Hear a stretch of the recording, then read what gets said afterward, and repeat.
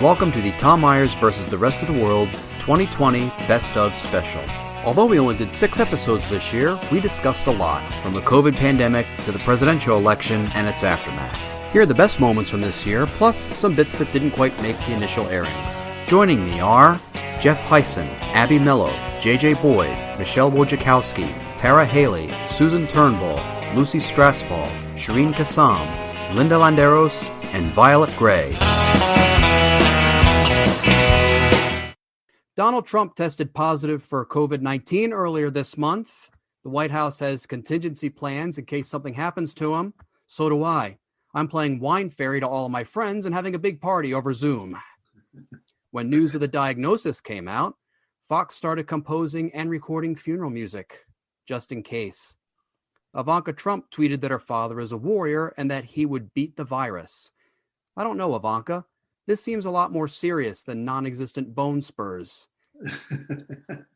If Joe Biden is not left-wing enough for you, you don't have that many options. There is the Republican-backed, by way of Russian intelligence agency's Green Party, with its presidential candidate, Howie Hawkins. Howie. Howie is not the name of a world leader. Howie is your neighbor's 9-year-old kid who tries to sell you $5 chocolate bars so his soccer team can go play in a tournament out of state. Would you like to buy a chocolate bar, Chancellor Merkel? I tried to write some jokes about the libertarians, but then I came to the conclusion that they should be able to write them without help from anyone else. There is hope for Trump's chances of victory. If you count only the votes in states where someone has threatened to throw a tall boy bar table at my head while I was on stage, then Donald Trump wins the Electoral College unanimously. It looks like Trump will retire like most aging white New Yorkers, move to Florida, play golf, and bitch about non-whites, the ones who don't change his linens. The Republican Party is so far gone from its days when it could call itself the Party of Lincoln. The only way they could accurately use the term 77 years ago is when they answer the question, when was the last time anyone in your family shook hands with a black person? It's official. COVID-19 is now a major cause of death among Americans. That's great news for tobacco company executives who are finally relieved to be bumped off the top of the list. Donald Trump is replacing all of the career officials at the Pentagon with his own supporters and fellow conspiracy theorists in an effort that will later be known as Operation September 11th, the sequel. Scott Atlas left the White House Coronavirus Task Force. I always thought it was a questionable move to bring in someone from the Hoover Institute, named after someone who looked at one of the greatest economic calamities in the country's history and said, fuck it, let it sort itself out. Atlas's departure was a historic moment. It was the first time that liberals actually enjoyed watching Atlas shrugged. Trump supporters are leaving Facebook and Twitter because they're tired of their posts being fact-checked. So they're moving to a new app called Parler, spelled P-A-R-L-E-R. It's the perfect place for Trumpsters, an app with the name of a word that's misspelled. And if you have any complaints about that joke, you can reach out to me on my Parler account. Oh, no. Hot Dad Bod XXX36. That's right, Dan Bongino. You thought you could block me on Twitter, but I'm back, fucker! Kyle Rittenhouse's cash bond was raised by none other than actor Rick Schroeder. Fitting for someone who played a New York City police officer to raise funds for someone who killed 2 protesters trying to stop police brutality. Rick Schroeder basically just made Andy Sipowicz look less racist. Another of Kyle Rittenhouse's supporters is Mike Lindell, the founder of MyPillow. Coincidentally, MyPillow will be Kyle Rittenhouse's nickname in prison. The idea that any point of view other than Donald Trump's could be recognized in this country is baffling to some Americans, viewers of Fox, for example. Being flabbergasted by the positive affirmation to opposing views is a major character trait of Fox hosts, as we can see in their reaction to the audience at a Pete Buttigieg town hall hosted by their network. Wouldn't your plan to do away with the Electoral College hurt a state like New Hampshire? Well, first of all, New Hampshire's status as an early primary state is one of the things that sees to it that there is a lot of attention paid here. And it's actually something that I think forces us candidates to get out of national media mode and actually engage people in a human way, which is helpful. But when it comes to the general election, at risk of sounding simplistic, I think the right thing to do is just to have everybody's vote count the same. Look, states don't vote, people vote. And he's extremely progressive, wants to get rid of the Electoral College. Right. In New Hampshire, which would diminish their effectiveness. But he also but the people clapped loudly when he said that. Well, because they're all his friends. I think he's related to the whole audience. They sound like aliens. What is this will of the people concept of which you humans speak? I mean, I would watch more episodes of Fox and Friends if just them hearing views like that means that they would go into just complete short circuit mode and then stroke out right there live on television. The concept that anybody could believe something that they have been told not to believe is foreign to them. Or that, more importantly, that people would do something that took something potentially an advantage away from them for the greater good. That's what they can't believe. That's why they keep saying, well, wouldn't that hurt New Hampshire? Isn't that bad? You know, so the idea that people in New Hampshire would support something that ultimately gives them slightly less power for a general principle, that's what they can't understand. Right. That's something that goes against the Fox playbook. Good point. I love the stuff they come up with when they said that the whole audience is his friends. Like, there should be a sketch show where we can show okay, so here's a sketch where we show, Pete Buttigieg calling all his friends saying hey, so I'm gonna be doing this thing for Fox News. Can you come? You down? And then okay, cool. Well, I have 500 other people to call because I have a lot of friends. Was that just a dig at how small New Hampshire is? Or I don't know. They make him sound like he has a lot of friends, and that's a good thing. That means he's liked. Are they that unlikable? They're like, ugh, we'll only have 2 friends. Oh wait, and we booked him on a bringer show. And here's the thing: it's a Fox audience. It's their audience, so they're upset at how their audience reacted. Oh my God. Well, I mean, come on. We've talked about they're not exactly rocket scientists. I mean, they probably forgot by the time they went on.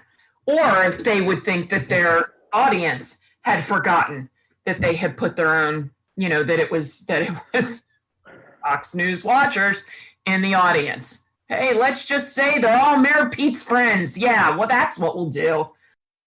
Typically, Democratic candidates garner the lion's share of celebrity endorsements. There are some who will endorse a Republican candidate for office, as we can see from this clip of a cringeworthy rendition of the Star-Spangled Banner as performed at a Trump rally by Ted Nugent.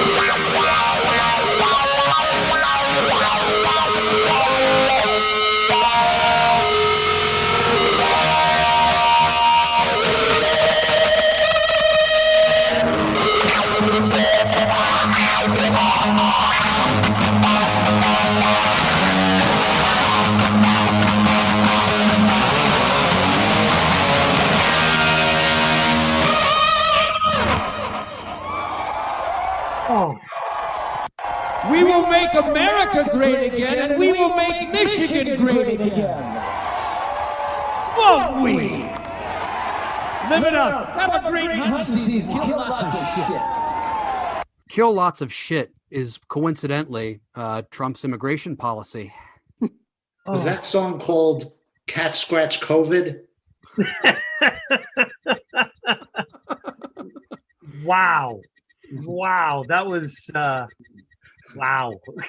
That's really going to do very well with the senior vote, don't you think?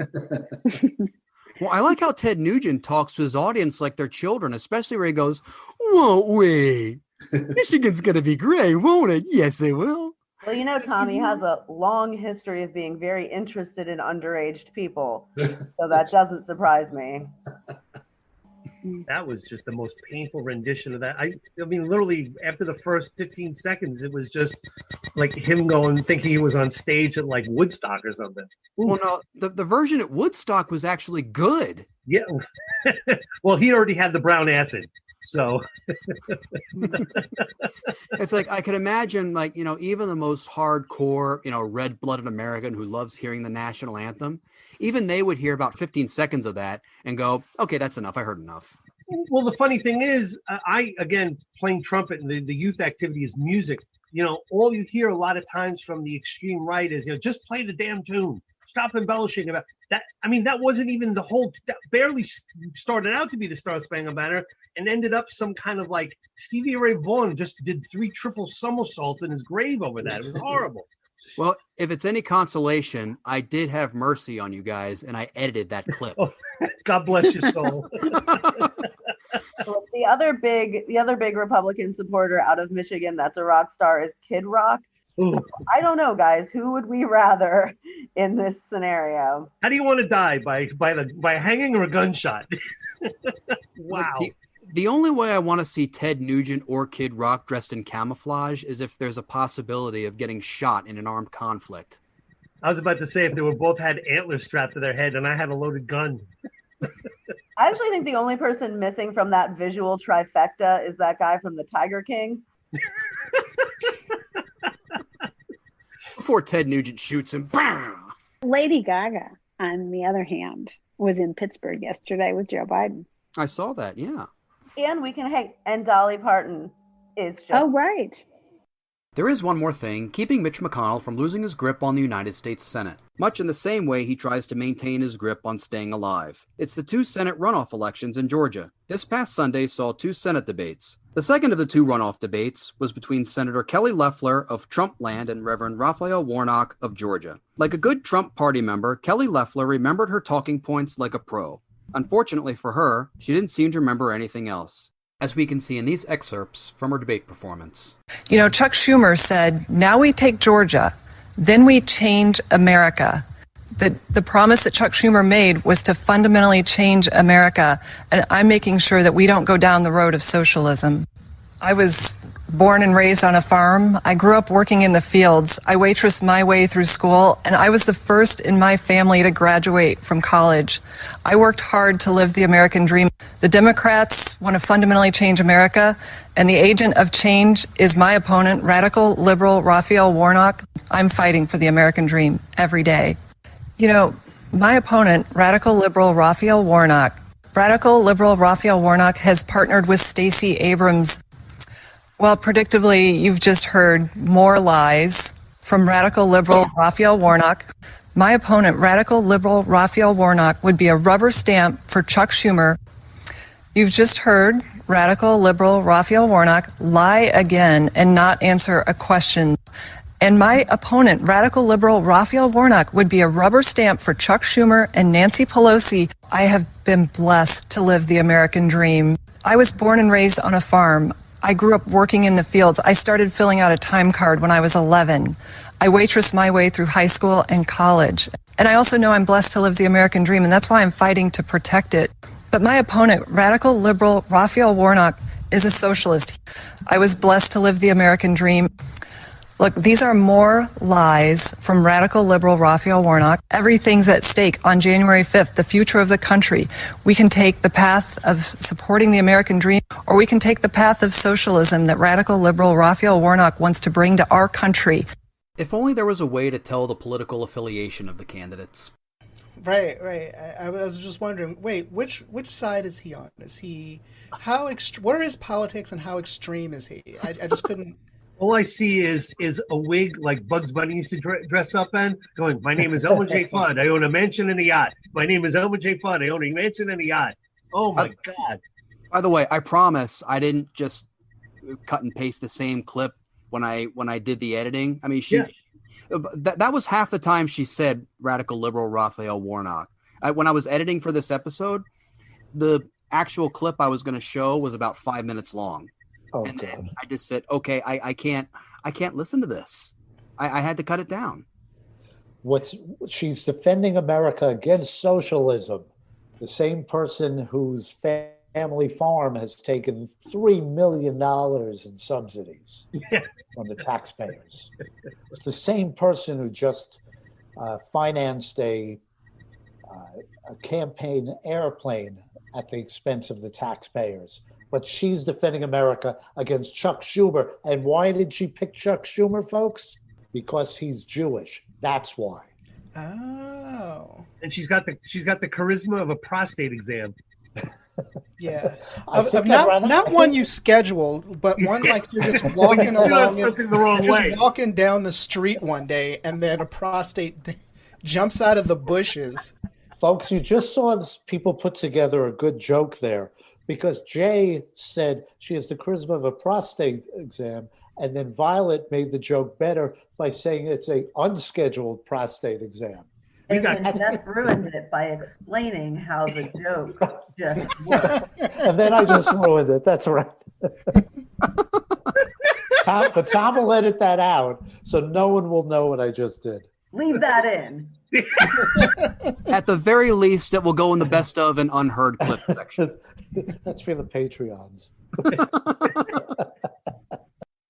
I mean, it was almost like whenever you turn into a top 40 radio station, always the moment you turn in, it's the same songs that you keep hearing over and over again. That was her debate performance, basically. Yes, it was basically her debate performance was the greatest hits of Kelly Loeffler's debate performance. Yeah, it was "Sweet Child of Mine" on your classic rock station for the 17th time. Yeah, but it's just the chorus over and over. Right. And in that song, the sweet child was born on a farm and worked waitressing tables. Right. I don't know if you mentioned that. And didn't mention that she's married to the president of New York Stock Exchange. Oh, yeah. Like most hard working class Americans are. That's my American dream. That's who I want to marry. You want to marry the president of the New York Stock Exchange? Dude, I mean, who wouldn't? I'm not gay, but I would consider it for the package deal, Right. You get your private jet, and I'll give a handy to the bull down in Wall Street. I'm right here. I can go in this. Jeff, congratulations. Something has just bumped your explaining of the joke out of the Not one to be denied a voice by those they deem the fake news media, these Trump supporters provide an introspective and emotional view, as we can see in this video. What is it that brings you out here tonight, ma'am? I just believe in America, and I think Trump is the president, so. I think he's the greatest president we've ever had. I'm too emotional, but I'm really thankful that I've been invited here, so. Tell me what makes you emotional about the president? What he's done for the country, all his policy changes, what he's done for Black and brown Americans, and what he's done for Hispanic people, and this, I'm trying to think. And we have Colombians, we have Venezuelans, we have Cubans that have come here from their socialist country and now live in Florida, and they're for Trump. We have all these states that are open, and some of these states that aren't open, I don't understand why. The COVID figures they're projecting right now, in my opinion, are a hoax. They're not as high as they are. The media is being false, and our Father who art in heaven is very angry with the media. He's very angry with Biden and Kamala Harris. They're going to hell, and they're going to have to ask forgiveness for that. And if they don't, they're going to hell. I've asked the Holy Spirit, I've asked the angels to take him, have Satan give him a tour of hell, and I'm hoping it happens soon. I think we're already there, judging by that guy. How much worse could that guy be feeling? Like, what was that? I mean, what? I found myself agreeing with something he said, though. He said that he gets very emotional thinking about all that Trump has done for the country and for Black and brown Americans and for Latino Americans. I get very emotional about that also. Agreed. Yeah.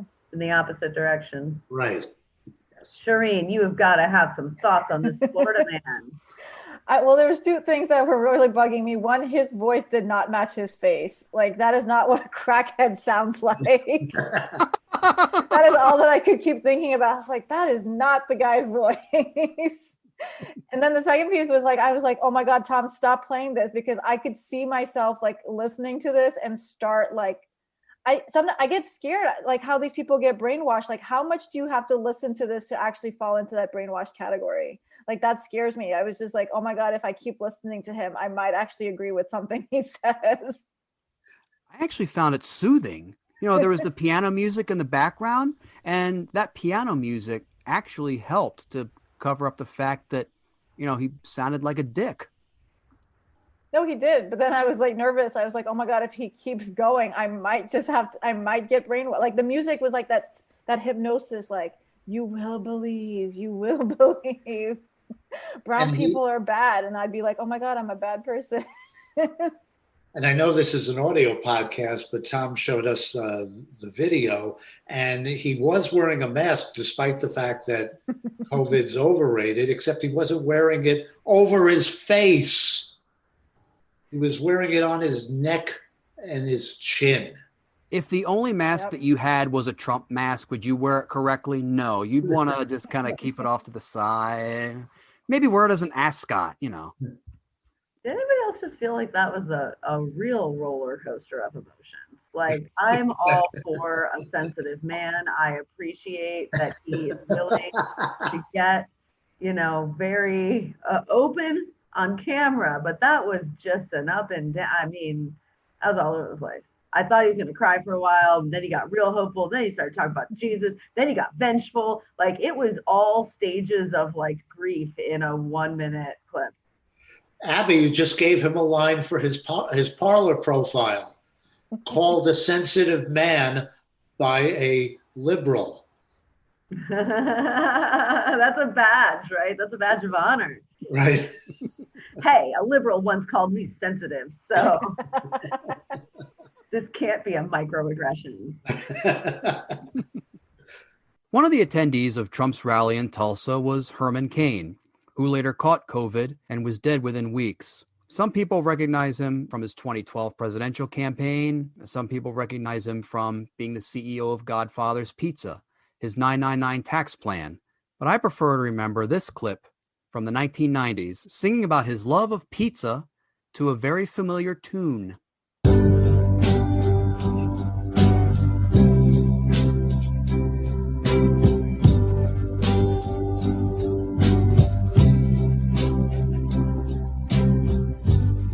Imagine there's no pizza.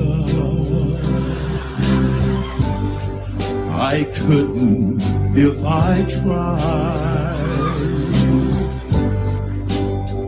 Eating only tacos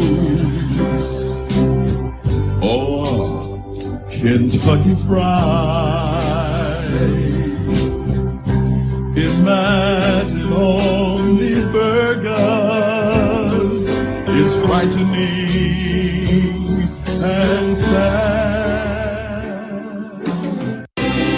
You don't have to pick it up now. On my skateboard I will go. I'll be back in 30 minutes. I just bought Domino's.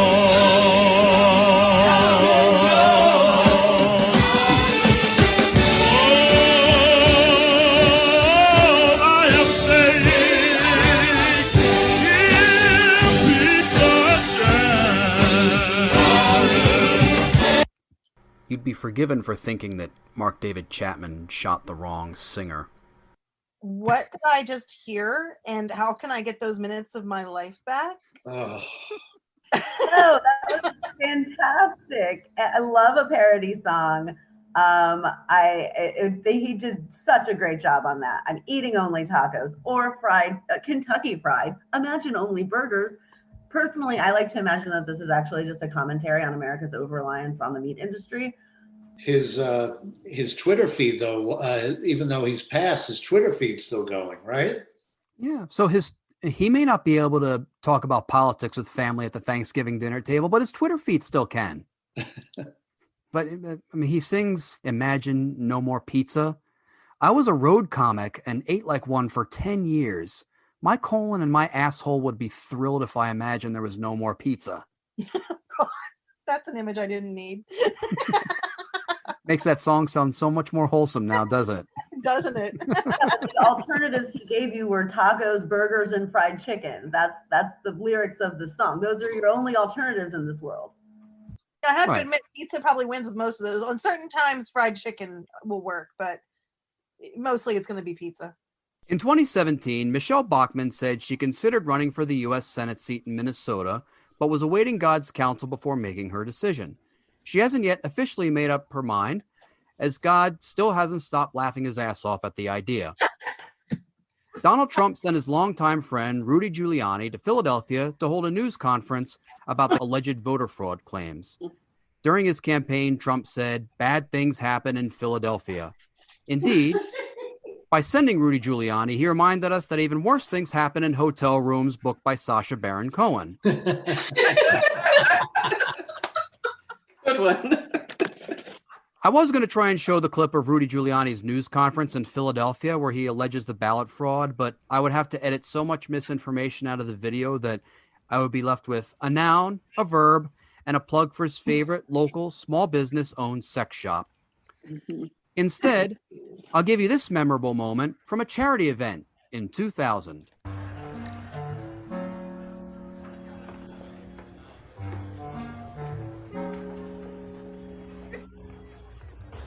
You know, you're really beautiful.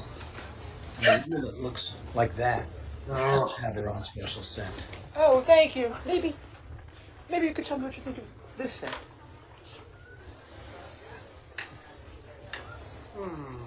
I like that. This may be the best of all.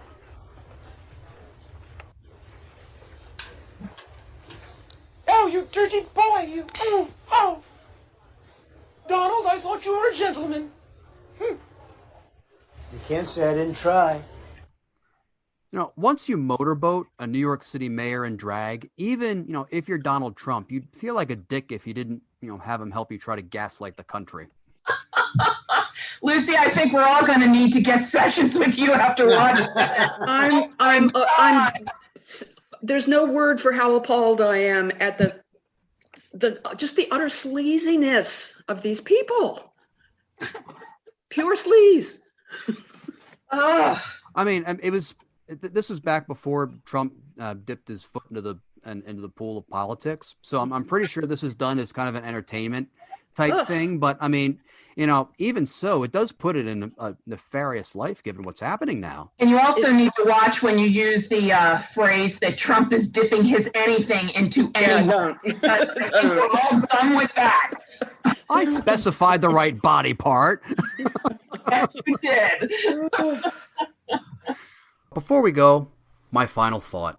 As we approach the holiday season, let's all be considerate of one another. I especially want to address this to everybody who caters to holiday shoppers. Please make sure all your customers practice shopping very safely, maintain social distancing, and wearing a mask.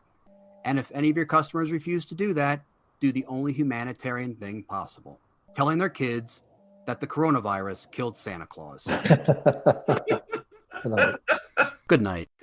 Just when I think you can't say something more fucked than I've ever heard you say before, you come up with Rona killed Santa, kids. Oh my gosh.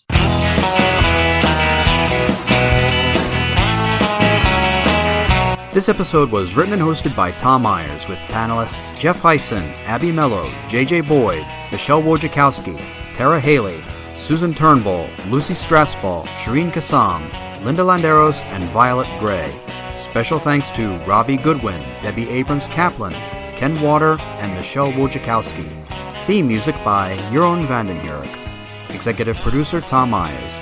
Executive producer for ipmNation, Matt Connarton. For more information, visit tommyers.us.